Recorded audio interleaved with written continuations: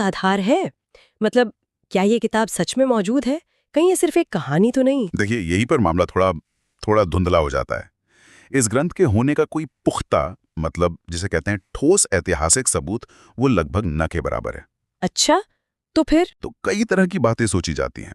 क्या ये महज एक कल्पना है, एक गढ़ी हुई कहानी, या फिर ये किसी पुरानी तांत्रिक परंपरा का वो ज्ञान है जो लिखा नहीं गया, बस पीढ़ी दर पीढ़ी जुबानी तौर पर चलता आया?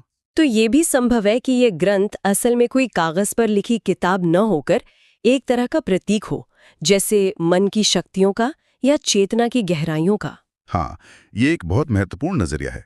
इस तरह से देखें तो नीलावंती ग्रंथ शायद आंतरिक जागरण, ध्यान की शक्ति या इंसान की जो छिपी हुई क्षमताएं हैं, उनका प्रतीक बन जाता है। और फिर वो चेतावनी भी ज्यादा मायने रखने लगती है कि जो तैयार नहीं है वो सत्य सह नहीं सकता। बिल्कुल। तब ये भारी खतरे से ज्यादा शायद अंदरूनी तैयारी की कमी के खतरे की बात हो, आध्यात्मिक या मानसिक अस्थिरता का खतरा। दिलचस्प है ये। तो क्या ऐसे लोग हैं जिन्होंने इसे सच में पढ़ने या अनुभव करने का दावा किया हो? क्या सुनने में आता है? देखिए, ज्यादातर लोगों ने तो इसके बारे में कहानियां ही सुनी है। असल ग्रंथ शायद ही किसी की नजर में आया हो। हाँ, कुछ दावे जरूर कभी कभी सुनने को मिलते हैं कैसे दावे? कि किसी ने तांत्रिक साधना के दौरान उसके कुछ अंश पढ़े और फिर उन्हें बड़े अजीब या कह लें तीव्र अनुभव हुए। लेकिन ये सब व्यक्तिगत अनुभव हैं।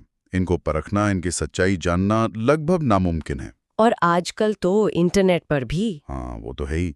कई यूट्यूब चैनल्स या वेबसाइट्स पर सिर्फ सनसनी फैलाने के लिए भी इसके नाम का इस्तेमाल होता है, डर बेचने के लिए। तो अगर हम संक्षेप में देखें तो नीलावंती ग्रंथ तंत्र, साधना और गहरे रहस्य से जुड़ा विषय है, जिसके साथ मानसिक असर का एक गंभीर खतरा बताया जाता है, पर ऐतिहासिक सबूत नहीं है और अनुभव भी बहुत निजी और अनिश्चित है। बिल्कुल सही कहा।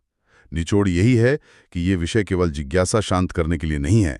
अगर कोई इस रास्ते पर जाना भी चाहे तो ये बहुत गंभीर साधना और पूरी तैयारी की मांग करता है। बिल्ली की तरह है, एक तरफ अविश्वसनीय शक्तियों के वादे हैं, दूसरी तरफ गंभीर चेतावनियां हैं, और इन सब के बीच सबूत कहीं खोए हुए हैं। सवाल वही रह जाता है, क्या ये वाकई कोई खोया हुआ प्राचीन ज्ञान है या सिर्फ इंसानी कल्पना की उपज है, एक कहानी जो हमें अपनी ओर खींचती है। और एक बात और सोचने वाली है, अगर ये ग्रंथ या इसकी शक्तियां सच नहीं है, तो फिर इसके नाम से इतना डर और इतनी मजबूत मान्यताएं क्यों हैं?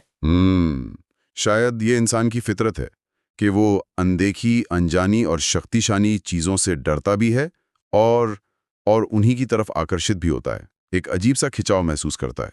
ये एक दिलचस्प सवाल है जिस पर हमारे श्रोता भी सोच सकते हैं।